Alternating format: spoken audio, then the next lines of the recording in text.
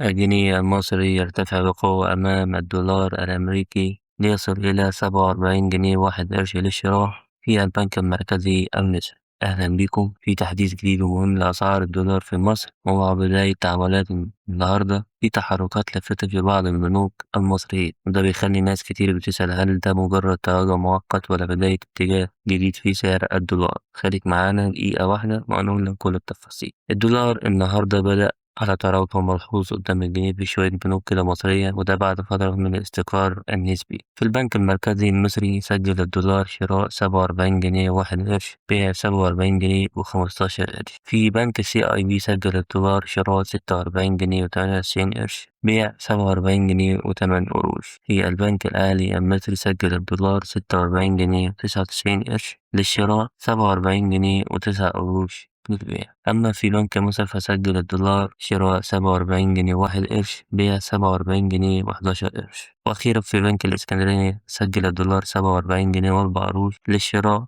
بيع 47 جنيه و14 قرش. التراجع ده بيجي في ظل متابعة السوق لأي تحركات جديدة في أسعار الصرف، خصوصا مع حالة الترقب اللي مسيطرة على المتعاملين خلال الفترة الحالية. كده نكون استعرضنا آخر تحديث لسعر الدولار النهاردة في البنوك المصرية. لو حابب تتابع أسعار الدولار أول بأول ما تنساش اللايك والاشتراك في القناة عشان يوصلك كل جديد. سلام.